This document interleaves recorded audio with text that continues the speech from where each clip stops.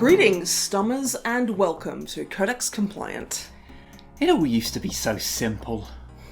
When we started this series, we thought of a codex, in a 40k context at least, as just a book that contained all the rules and stats for your army. Sometimes there were expansions to other codices, rather than entirely standalone things, but mostly they were just, books that you needed to play with your models. But in doing this series, it has reminded us that around 3rd edition, it basically meant whatever Games Workshop wanted it to. Campaign books, CD-ROMs, articles that made a statement from our last video technically wrong so we'll curse them forever. But those were all at least related to army lists, so they had a unifying characteristic. And then there's Cityfight. Codex Cityfight, or to give it its full name, Codex Battlezone Cityfight, was written by Andy Chambers, Pete Haynes and Jervis Johnson. It was released in 2001 and contained no army lists or stat lines whatsoever. What it actually contained was an expansion to the core 40k rules that allowed for fights in dense urban environments. And since there is so much interest in this book that its Lexicanum entry is mostly placeholder text, we thought we should, jump in whilst the iron's hot. I think I've just figured out why we don't have more subscribers. As you would imagine, the introduction to this book introduces you to what the book is about. That is, giving rules, missions, and ideas for doing fights within cities. Having city fights, if you will. Interestingly, it contains the line, "This is the first of a series of supplements for Warhammer 40,000 that will offer gamers variant rules for fighting on different types of battlefield." We can only guess as to why they never followed Cityfight up with, for example, Battlezone Industrial Estate in Lenton. Perhaps Cityfight didn't sell well, who knows? So how exactly does one city fight? Well, first off, you need a board, not necessarily a big one, that's more densely filled with terrain. It does suggest that people who haven't got much terrain can just use, piles of books instead. It also says that one of the advantages of making terrain yourself as opposed to buying it from GW is that it's cheaper. And honestly, we appreciate the real lack of upselling from G-dubs there.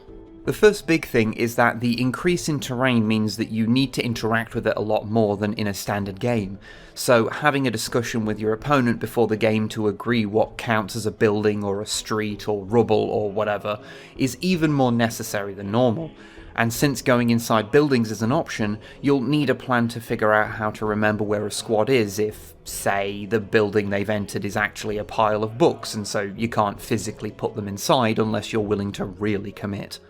For smaller buildings you can just make a note, but if they're bigger then you might have to make a floor plan where you break the inside down into smaller 6x6 inch squares so you know where a squad is within it.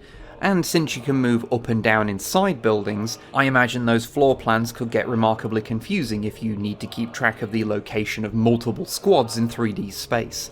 Also, it does specify that although jump packs allow a model to leap up onto roofs, they aren't able to do that inside buildings, so now I have a very funny image in my head of an assault marine grumbling as he's forced to take the stairs. Also, when inside a building, the unit coherency rules are relaxed, so you only need to be within 4 inches of each other rather than 2. This is because when you start putting models in and around terrain, it can get a little hard to balance them on precarious bits of rubble, so this means you've got a bit more freedom to fit a squad around it. Also on the subject of unit coherency, ladders and elevators, which could be used instead of your usual movement to traverse vertical distances quickly, basically didn't count as distance. So this squad would count as coherent due to the very professionally made ladders here. Given the complicated nature of defining line of sight in a densely terrained table, those rules also got a tweak for Cityfight games. Along streets, you can see any distance, but if there is more than 6 inches of building terrain between you and your target, then they cannot be seen. Which means that it's entirely possible to be able to physically see a unit but not be able to shoot them, or be able to shoot a model entirely hidden behind a wall. Granted, they would get a 5+ cover save. Which probably would have seemed more weird before the modern rules did something a little similar. Grumble, grumble, old man yells at cloud. But at least in here it was to stop you getting too close to the table and poking your eye out with a minaret. Weapons that use templates also got tweaked as they would become quickly unworkable in tight streets and between buildings. Blast and ordnance weapons just rolled to hit like a normal weapon and instead of using a template would simply hit D3 or D6 models in the target unit respectively. Likewise, weapons that used a flame template just became 8-inch range weapons that auto-hit D6 models in a unit, which again makes it feel oddly close to the modern game. Height advantage was another interesting new rule. Basically, if you had a model that was up high enough, then they got to ignore some of the smaller buildings for line of sight purposes, they reduced a target's cover save by 1, and got to target nearby vehicles from the top, which counts as the rear for armor penetration purposes, and came with a reroll for open-topped vehicles. Interestingly though, they do specify that this didn't work on walkers because they don't have a top apparently, or on Vindicators or Demolisher siege tanks, as well they're siege tanks. They're designed for this kind of fighting and so are more heavily armoured on the top to counter such attacks anyway. And while we're talking about vehicles, any vehicle travelling more than 12 inches on a street must take a difficult terrain test, as driving down a narrow, war-torn street is full of risks for a vehicle, and tanks could try and push through buildings if they liked by rolling 2 difficult terrain tests. If they rolled a double one, they fell into the cellar and were buried with rubble, any passengers lost. In the narrow streets, other wrecked vehicles could become a major impediment, but you could push past them if your vehicle had a higher front armour value than the wrecked vehicle had. So, a Razorback can push a wrecked Orc truck out of the way, but an Orc truck can't do the same to a wrecked Razorback. Assaults also got some changes to make things flow better in dense terrain. For example, there was no need for each participant to be in base-to-base contact. As long as one model from each unit was in contact with each other, then every model within 6 inches of an enemy model could fight, presumably with very long sticks. Now obviously there are a lot more little rules changes in here. This isn't supposed to be a complete rundown, just enough to give you a general vibe. Although we are starting to see why they recommend that you start small with Cityfight, seeing as there is a lot of new stuff to memorize. But that's not all. On top of the base rules, there's several pages of modifications to the rules for individual codices. These range from Genestealers and Lictors being able to use subterranean movement whether or not the game type allowed it, since cities are just packed with underground tunnels and certain nids like to scurry around them like large violent hamsters. Space Marine, Chaos Marine and Imperial Guard tanks all gained an optional 20-point siege armor upgrade, allowing them to avoid the top armor shots like the siege tanks could. The Ranger Disruption table for Alatok Craftworld Eldar forces you saw in our last video was ignored, as fighting in cities is already a disorganized nightmare, and the efforts of the Rangers would not significantly change that situation. And the Codex Armageddon Cult of Speed list got to eat shit.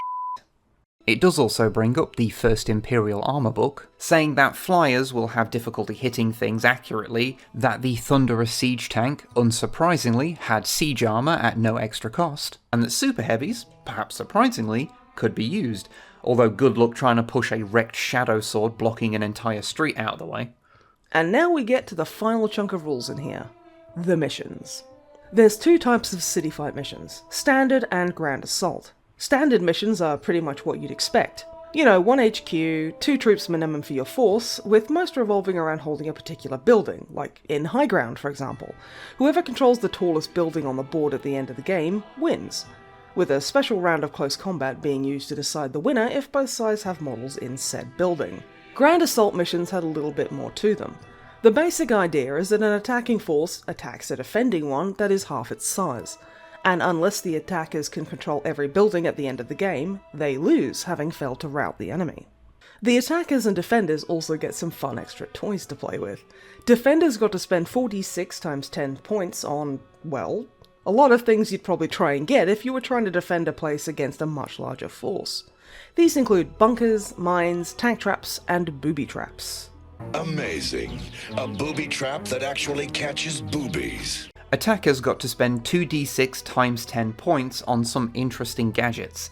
For example, jammer packs greatly reduce the chance of a command-activated mine actually going off, from a 2+ on a dice roll to 6+. Scaling ladders / grapnel lines allowed units to scale impassable bits of terrain, and you could also get stummers, which are devices that deaden noise in a particular area to prevent you from being detected by sentries. Not to be confused with stun grenades, an unrelated thing from 1st edition that just gassed people. Stummers are one of those fun little things that have been around for a while in things like Necromunda and Dark Heresy, but I think this might be the only time they've been in 40k proper. Maybe? I mean, Lexicanum's got nothing on them, but then their Cityfight page isn't exactly stellar, so who even knows anymore?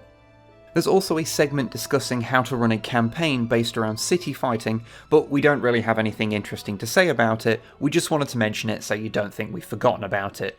The same goes for a segment talking about different types of cities in the 40k universe, although it is quite funny that the book is asking people to look up Le Corbusier or Zaha Hadid buildings to help you make Eldar terrain. Why, that's getting dangerously close to actually educating people in something new. Also, my apologies for the pronunciation of those architects' names. I assume they are both very wrong. I'm sorry. Another little thing that makes this codex stand out is that it contains a big battle report, something we'd not seen in 40k codex land since the 2nd edition Space Wolf codex. Okay, technically it contains 2 bat reps, but the first is much smaller and is just there to demonstrate how the game works. The big one, called Lords of the Night, takes up a whopping 16 pages of the book, meaning this one segment is 1.3 3rd edition Codex Assassins in length, if you were curious. It shows off a fight between Graham Davies' Night Lords and Roland Cox's Imperial Guard. The bat rep is a neat idea, as it not only allows them to use the game to explain how the new rules work with little asides, but also, unlike most of the battle reports GW do to promote a new book, you're not low-key concerned they're putting their thumb on the scale to let the new Hotness army win, since there isn't a particular army favoured here. I mean, unless you count the terrain as a faction. If you want to know how the game itself went, well, to quote Roland, in summary, ouch. The battle report is also given flavour by some little bits of fiction peppered in here and there, dramatising the game's events. And speaking of such stuff, we should probably take a quick look at the fluff dotted around the book. Much of it is related to Vogan, the capital city on the planet of Kaizen that was the site of a particularly vicious battle between Chaos Rebels and Imperial forces, mostly from the 122nd Cadian Regiment. However, it does take the time to slip in a few other bits here and there, like a list of the famous sieges of the Imperium, which lists, well, that. Amusingly, the siege of the Emperor's Palace during the Heresy is quite near the end of the list, as if the Imperial scribe almost forgot the most infamous siege in Imperial history. As Games Workshop didn't quite make as much terrain as they do now, and what they did make wasn't quite as impressive or modular, most of the colour section is given over to tutorials to create your own urban environments from, well, whatever you have lying around. There's even a handy table to show you which tools work on which materials, just in case you tried to use PVA glue to stick 2 bits of metal together, like a drongo. Joking aside, this is one of those things that would be useful to someone just starting out and trying to figure out what tools and materials they'd need. They start off simple with things like ruined buildings, before getting more elaborate and showing you how to incorporate new materials and complexity, before eventually touching upon planning out full cities. Because I tend to obsess over little details like this, I couldn't help but notice that they mention you can download PDFs of signs and posters to help you decorate your homemade terrain from gamesworkshop.com. Obviously they're long gone now, but I had to try and find them, didn't I? After digging through the Wayback Machine, I was able to locate and download 2 of the 3 PDFs, and from the preview image of the one I'm missing you can see that it was just a few place names, so I'm not too fussed. What I did get was some even less interesting Roman numerals, and the one that I was the most interested in, the posters. Although these are sadly far too low res to make out what much of the text is actually saying, and mostly they just highlight that the Imperium of Man desperately needs an officio graphics designum. Also, Citizens Bew are? Must be High Gothic. Basically what I'm saying is that looking for them was a complete waste of time, but I had fun, so that's all that really matters. One final thing before we conclude is that this codex has designer's notes, where the creators briefly explain their aim for the book, to make it feasible to play in cluttered terrain by streamlining elements of the main rules that would be fiddly and alter those that were unfit for purpose. And, I don't know, we just think it's neat to let the authors step out from behind the page and explain their logic a little bit.